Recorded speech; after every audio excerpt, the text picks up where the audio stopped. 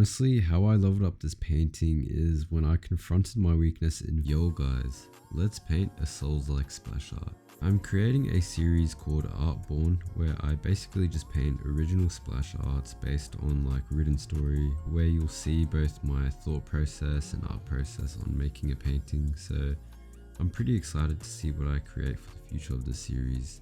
Today we are going for more of a Souls-like kind of painting, which is the type of art I strive for majority of my works, but I think for this painting I've definitely gotten the closest to that type of vibe.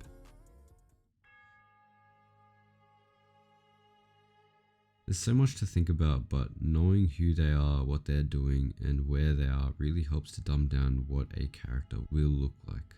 Okay, so the whole lore about this character is that he's a medieval type of character who's been fighting in war for so long that he's basically completely lost his sanity.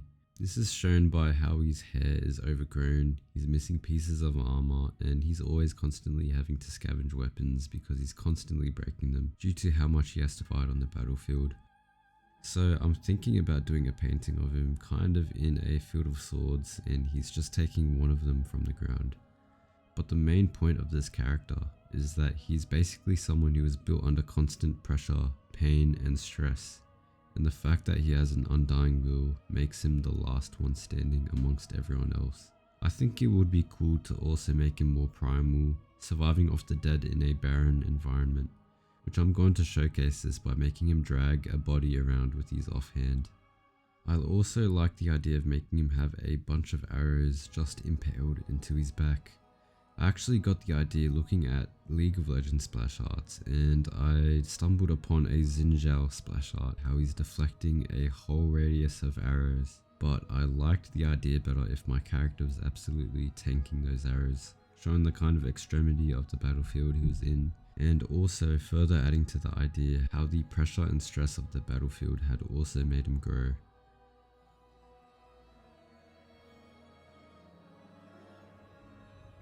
So these are the thumbnails that I whipped up. I was actually planning to do 6 thumbnails, but these 2 were so good that I just couldn't think up any more thumbnails to top these. I can see myself using the first thumbnail because there's heaps of potential to render the character, and basically the pose is just based on him resting on the battlefield or tormenting a soldier, grabbing him by like his cloth or chainmail or something. You can kind of see it, but he has a blunt sword in his hand, so this goes well with the brief, but it's something you have to look for. I liked the second thumbnail because it's basically capturing a scene where he's just catching eyes with the viewer as he moves on with the next victim, which is the viewer. His body is also turned towards the POV as he's picking up a stray sword from the battlefield to indicate that sense of threat. I also think it's a nice detail where the armor on the arm wielding the sword is pretty much unscathed, but the armor on his other hand, where he's grabbing people with, it's completely stripped of armor, which kind of says a lot about how well he uses swords and how much he uses his offhand to fight as well. So you have some kind of idea how his fighting style works. This is basically implemented in both thumbnails. It's a hard decision, but I'm picking the second thumbnail because it showcases more of a story and immerses the viewer as one of the victims in the painting. It also has a really crazy silhouette and a lot of lines that point towards the character, as you can see by the arrows here and even the horns. So without further ado, let's put this on canvas.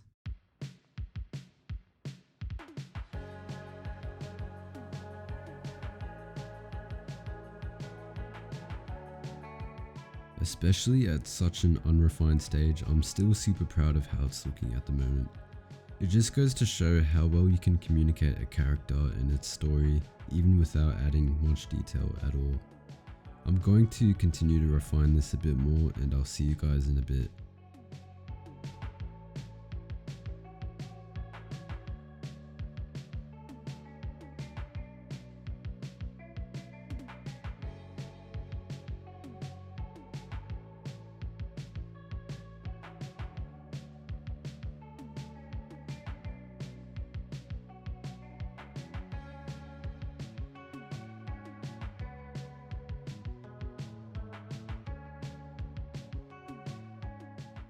Okay, so right now I'm just focusing on darkening everything up, but usually around this stage I always have issues. When it comes to painting, my problem is that I don't know how to control and balance the lighting and the shading in my piece very well.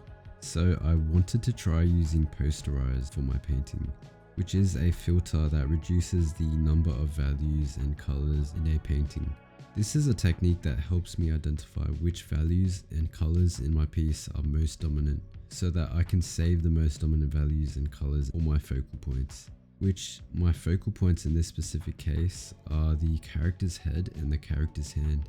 So I used posterize here to check my values. At this stage, everything's turning white, which means everything in my piece is competing for attention. So in this specific case, we will actually need to change that so that it's only the head and the hand that have the dominant values.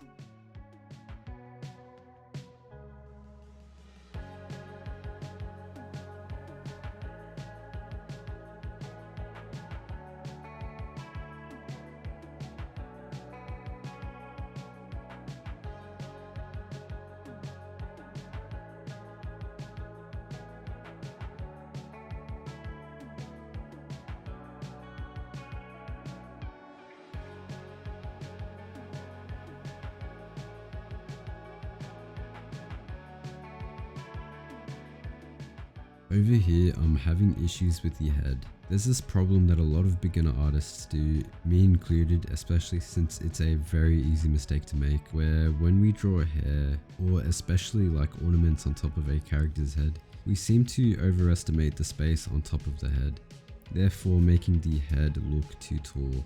It's honestly a very easy mistake to fix, but it's really hard to spot sometimes. In my case, since the eyes aren't visibly showing as well as half of the whole head, it's extremely easy to make this mistake, so I'm gonna go ahead and try to fix this.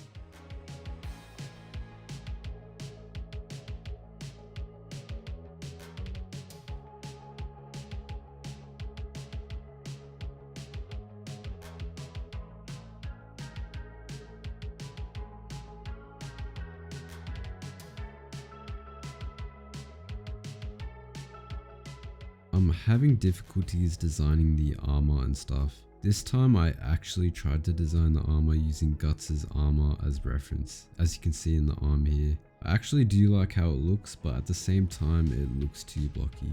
So I think I need to redesign this armor in a way where it has a bit more form. But so far the whole painting is looking really good. And honestly, how I leveled up this painting is when I confronted my weakness in values and introduced the posterize filter to my art process. It's actually doing wonders for me. Posterize is something I'm going to start using in my process from now on, just because of how well it worked for me and how well it fixed my weakness. I'm a bit of an advocate for trying different techniques because you never know what you'll be adding to your own art process. For example, when it comes to my art process, it's actually a culmination of techniques from all sorts of different artists, which has taken me to the level I'm currently at. So I highly recommend to experiment with your art, at least occasionally. Anyways, I'm going to continue to render this piece and I'll check back with you guys soon.